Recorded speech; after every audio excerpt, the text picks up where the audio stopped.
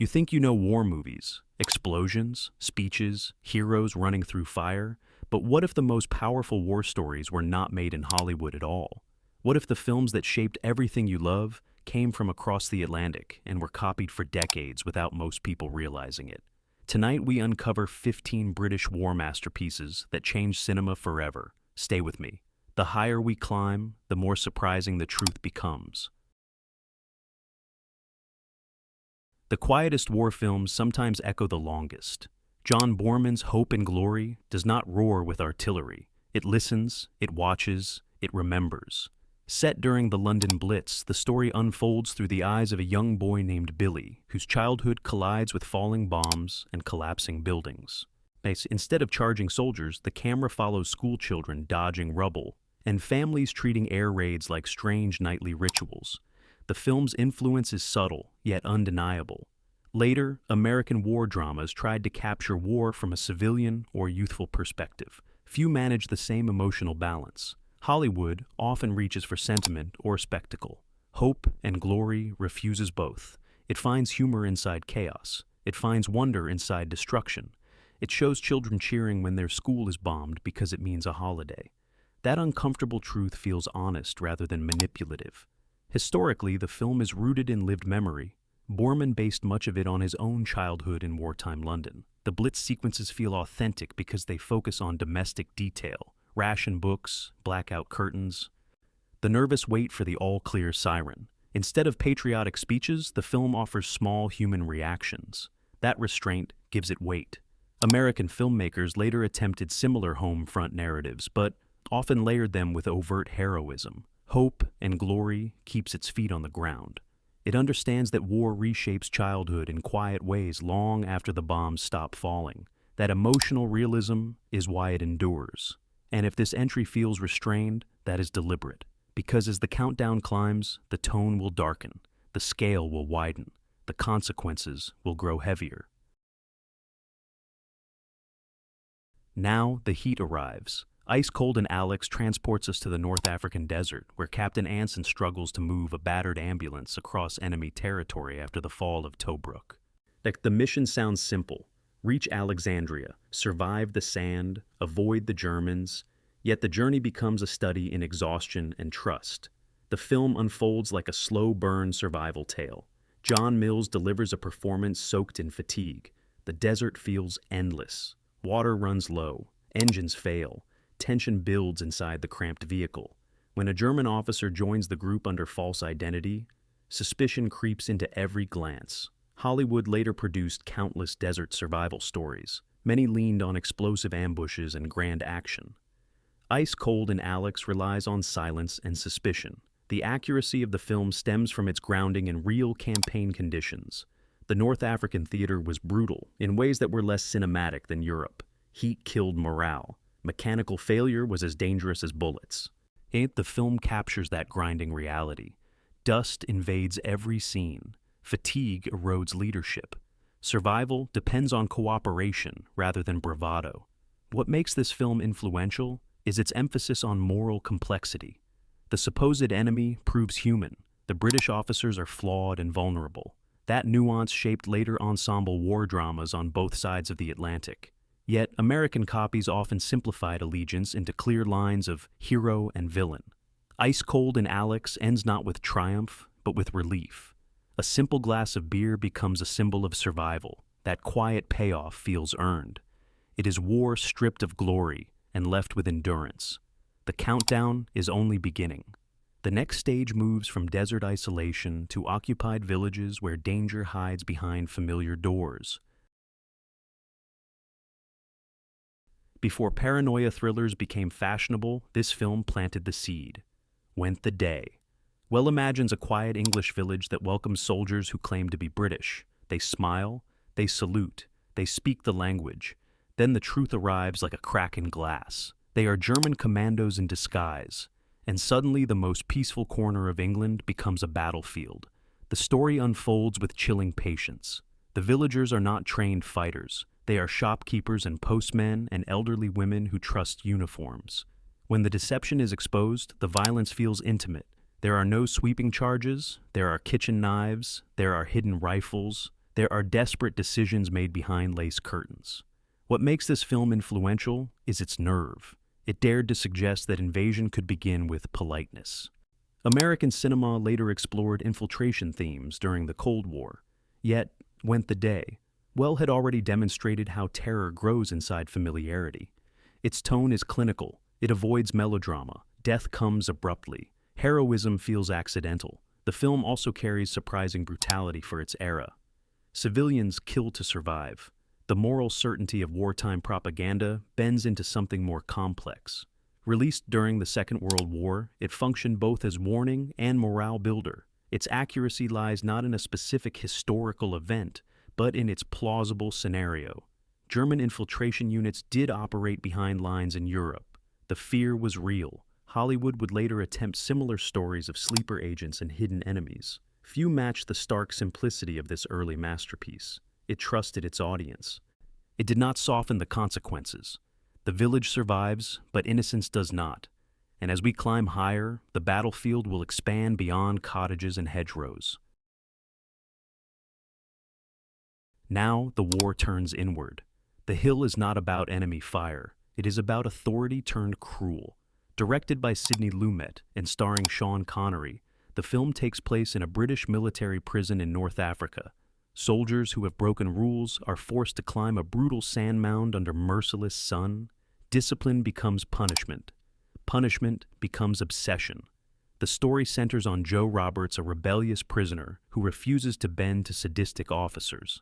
There are no sweeping battle scenes. There is no grand campaign. The conflict is psychological. The hill itself stands like a monument to pointless suffering. Each climb strips away dignity, and each order tests loyalty. Hollywood has often depicted military prisons. Many emphasize redemption arcs or violent escape. The Hill refuses that comfort. Its realism feels suffocating. Lumet shot much of it in stark black and white. The glare of sunlight becomes almost painful. The performances feel raw. Authority is not heroic. It is flawed and fragile. Historically, the British Army did maintain harsh disciplinary camps during the war. The film captures the climate and the tension within those units without romanticizing them. It questions whether internal brutality weakens rather than strengthens an army. That thematic boldness influenced later American films that examined military misconduct, yet few embraced such relentless moral ambiguity. The Hill does not offer a triumphant finale. It leaves viewers unsettled. Power survives. Individuals suffer. That uncomfortable honesty sets it apart. We are only beginning to understand the cost of command. The next entries will step back into open warfare, where strategy collides with ambition and mistakes echo across continents. Before modern ensemble war films filled the screen with sprawling casts, this film quietly defined the structure. In Which We Serve follows the crew of a British destroyer struck during the Battle of Crete. The ship is lost. Survivors cling to wreckage in open water. As they drift, the story moves through memories of their lives before the explosion. Wives waiting at home, children growing up too fast, officers balancing duty with fear. The film feels intimate rather than grand. Co-directed by Noel Coward and David Lean, it blends patriotism with vulnerability.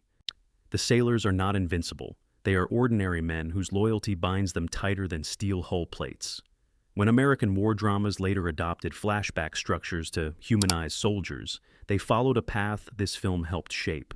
Its historical grounding is strong. The narrative draws from real naval engagements in the Mediterranean. The depiction of convoy duty and sudden attack reflects the chaos faced by Royal Navy crews in early war years. The sense of shock after impact feels painfully credible. Survivors in the water do not shout heroic speeches. They wait. They hope. They remember. Hollywood productions would later emphasize spectacle, bigger ships, louder explosions, sweeping scores. In Which We Serve holds to something quieter. It insists that courage is often silent. The true battle unfolds in the decision to return to sea despite loss. When rescue finally comes, the relief is human rather than triumphant. War continues. Duty resumes. The film leaves behind a blueprint for character-driven war storytelling. And as the list rises, the scope widens. The next film moves from drifting survivors to a daring mission carved into history. The stakes shift from endurance to strategy. The Guns of Navarone tells the story of an Allied commando team sent to destroy massive German cannons on a Greek island. If they fail, thousands of trapped soldiers will perish. The mission is surgical, the terrain unforgiving. Suspicion brews within the team itself. Though featuring international stars, the film is rooted in British command structure, an adaptation of Alistair MacLean's novel. It became a template for mission-based war cinema. American studios later produced countless elite squad stories. Yet, Navarone balanced tension with moral debate. Characters question orders, loyalties fracture, victory demands sacrifice. The film's depiction of special operations reflects real wartime raids in the Aegean. Sabotage missions against fortified positions were common. The terrain and logistics feel credible. Climbing cliffs in darkness, smuggling explosives past patrols. These sequences avoid cartoonish heroics. Each obstacle carries weight. What separates this film from later imitators is its seriousness. There is no easy camaraderie. Trust must be earned. Betrayal feels possible at every turn. When the guns finally explode, the release is earned through hardship, rather than spectacle alone. Hollywood would replicate the formula with larger budgets and louder climaxes. Few captured the same blend of suspense and strategic realism. The Guns of Navarone understands that war is a chess match played with human lives. The climb continues. The next chapter expands from covert sabotage to the largest airborne gamble of the Second World War. Now, the war grows ambitious. A Bridge Too Far tells the story of Operation Market Garden, the Allied plan to seize key bridges in the Netherlands and punch a path into Germany before Christmas. It was bold. It was complex. It failed. That failure is the heart of the film. Directed by Richard Attenborough, the movie assembles a massive cast, yet refuses to romanticize the gamble. Paratroopers descend into chaos. Radios fail. Intelligence proves flawed. British troops hold Arnhem Bridge longer than expected, but relief never arrives in time. The film does not search for easy victory. It studies miscalculation. American war epics often lean toward triumphant narratives. This film dares to show strategic overreach. The historical accuracy is striking. The timeline of the airborne drops, the confusion on the ground, the heroic yet doomed stand at Arnhem. These elements align closely with military records. Veterans have noted the attention to operational detail and the unflinching portrayal of command mistakes. The tension rises not from explosions alone, but from the creeping realization that the plan cannot succeed. Officers debate, soldiers adapt, hope thins. When the British position collapses, the loss feels personal rather than cinematic. Hollywood later produced large-scale ensemble war dramas inspired by this blueprint. Few embraced such honest defeat. A Bridge Too Far demonstrates that courage does not guarantee success. It forces the viewer to confront the cost of ambition. The scale is immense, yet the next film strips the battlefield down to a handful of men facing overwhelming odds. Shift the landscape to South Africa. Zulu recounts the Battle of Rorke's Drift during the Anglo-Zulu War. Roughly 150 British soldiers defend a mission station against thousands of Zulu warriors. The numbers alone create tension. There is no escape. There is only preparation. The film builds its suspense methodically. Barricades rise. Ammunition is counted. Officers argue over tactics. The Zulu army gathers with disciplined rhythm. The confrontation feels inevitable. Hollywood has long adored last stand narratives, yet Zulu earns its drama through patience. Historically, the defense of Rorke's Drift did occur almost exactly as depicted. The small British garrison withstood repeated assaults. The film portrays both sides with a degree of respect unusual for its era. The Zulu warriors are not caricatures. They are organized and formidable. That balance gives the battle dignity. What sets Zulu apart is its sense of isolation. There are no grand reinforcements charging in, no miraculous cavalry. The defenders survive because they adapt. They fire in controlled volleys. They reinforce weak points. They endure. Later, American films copied the structure of small forces holding against impossible odds. Many amplified the spectacle. Few matched the steady escalation that makes Zulu so gripping. The chanting before attack, the synchronized advance, the desperate hand-to-hand clashes at the barricades. By the final assault, exhaustion defines every face. Survival feels fragile. Victory feels costly. Zulu proves that suspense grows from discipline and fear rather than constant noise. We move higher now. The next entry will leave colonial battlefields and return to skies filled with engines and danger, where every decision shapes a nation's fate. The war rises into the night sky. The Dam Busters tells the story of Operation Chastise, the daring Royal Air Force mission to destroy key German dams using a revolutionary bouncing bomb. It sounds almost impossible. It nearly was. The film traces the development of Barnes-Wallace's unconventional weapon and the intense training of the 617 squadron pilots tasked with flying at dangerously low altitude across enemy territory. The tension builds slowly. Blueprints, test runs, failures. Then comes the mission itself. Heavy bombers skim the surface of dark water, while anti-aircraft fire tears through the air. Hollywood later crafted numerous high-risk aerial strike films. Yet, The Dam Busters carries a documentary-like seriousness. The procedures are detailed, the flight formations precise, the danger constant. It does not exaggerate heroics. It highlights preparation and sacrifice.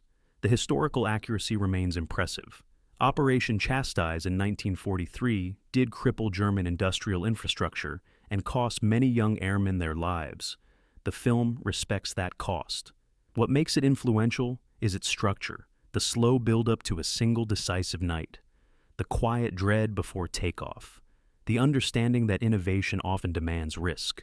American war cinema would adopt similar mission arcs, but frequently leaned harder into spectacle. The Dam Busters remains grounded in authenticity. When the dams finally break, the moment feels earned, not sensational. Water roars. Crews do not celebrate wildly. They account for the missing. The film reminds us that success in war always carries absence. The engines fade, but the sky is not finished with us. Now, the fate of a nation hangs in open air. The Battle of Britain chronicles the summer of 1940, when the Royal Air Force stood against relentless German bombing raids. Spitfires and Hurricanes rise to meet Messerschmitt fighters. Radar screens flicker, command centers track every movement. This film distinguishes itself through scale and realism. Real aircraft were used. Dogfights were choreographed with respect for historical tactics. Instead of focusing solely on individual heroics, the narrative spreads across pilots, mechanics, and commanders. The struggle feels collective. American aviation films often center on a single ace. The Battle of Britain emphasizes coordination and endurance, the strain of constant sorties, the exhaustion of young pilots, i.e. the vulnerability of civilian cities below. The depiction of radar control rooms captures the technological innovation that helps secure victory.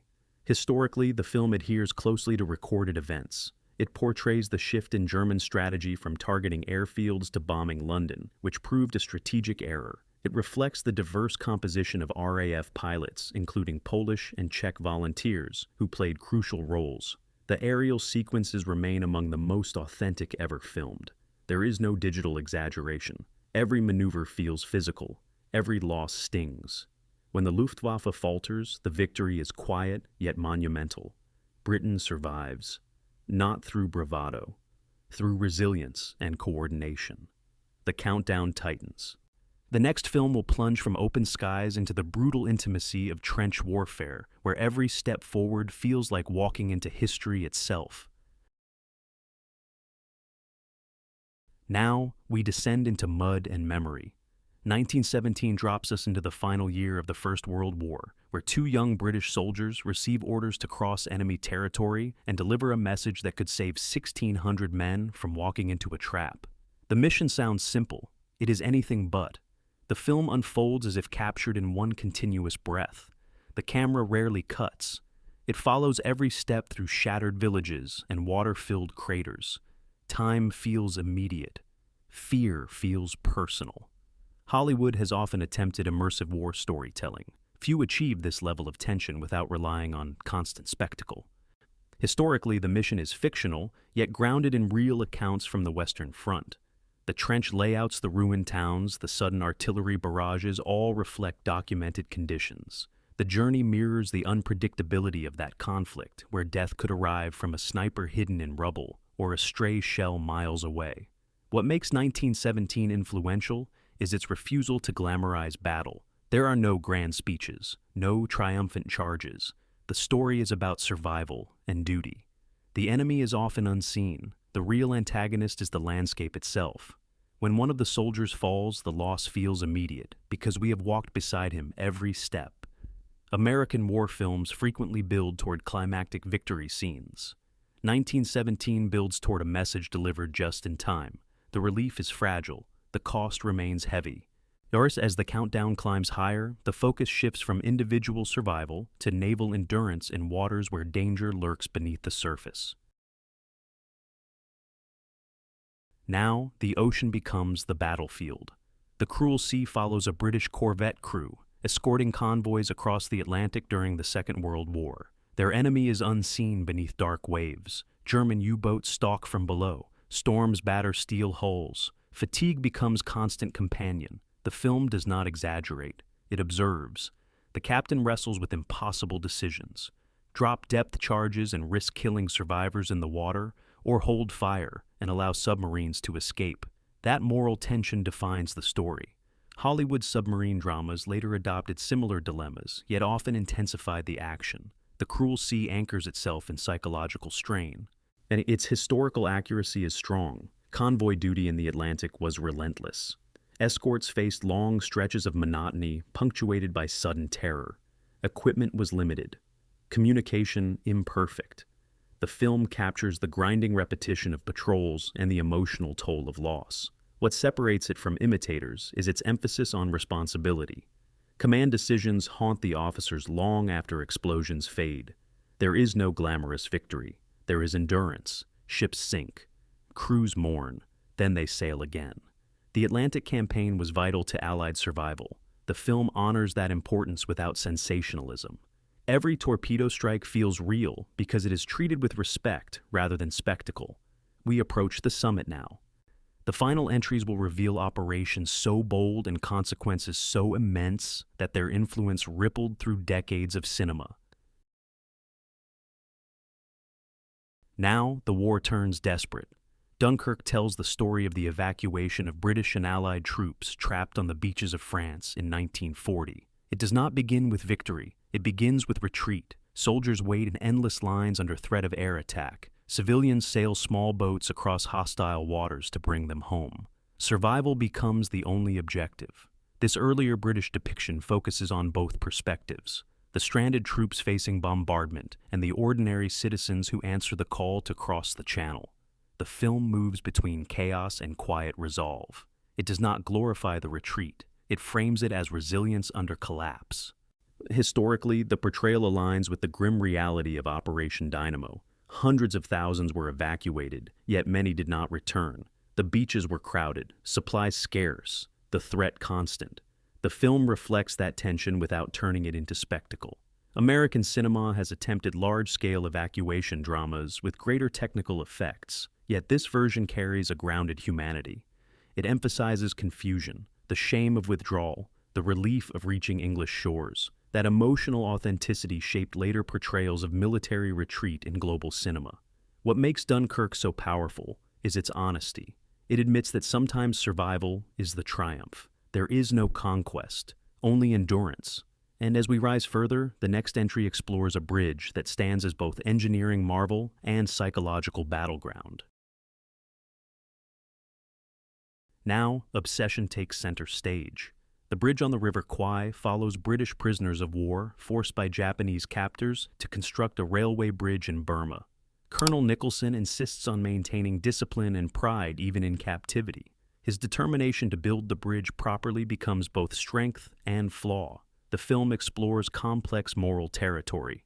Is professionalism a form of resistance or collaboration? Does preserving order protect dignity or aid the enemy? These questions elevate the story beyond simple conflict. Hollywood has often depicted POW camps, Few delve so deeply into psychological paradox. The historical foundation lies in the Burma Railway, built under brutal conditions. Thousands of Allied prisoners and Asian laborers suffered and died during its construction. The film captures the harsh climate and tension between captors and captives, though it dramatizes character dynamics for narrative focus. Its influence is immense. The theme of pride colliding with survival echoes across decades of war cinema. The final act, where the bridge becomes target rather than triumph, remains unforgettable. It forces the audience to confront the cost of obsession. The scale is epic yet intimate. The jungle feels oppressive. The whistle theme, ironic. Victory arrives tangled in tragedy. Only one film stands above it in influence, and it is not about victory at all. It is about a nation holding its breath while the sky burns. At the very top stands a war film without a battlefield. No trenches, no bombers, no charging infantry. The Imitation Game proves that the most decisive battles of the Second World War were fought in silence inside a country estate called Bletchley Park. Here, mathematician Alan Turing and a small team of codebreakers raced against time to crack the German Enigma cipher. Every delay meant ships sunk in the Atlantic. Every breakthrough meant lives saved. The film builds tension through intellect rather than gunfire. Machines hum instead of artillery. Chalk scratches across boards instead of bullets cutting air. Turing is portrayed as brilliant yet socially distant. His obsession with building a machine capable of deciphering Enigma becomes both salvation and burden.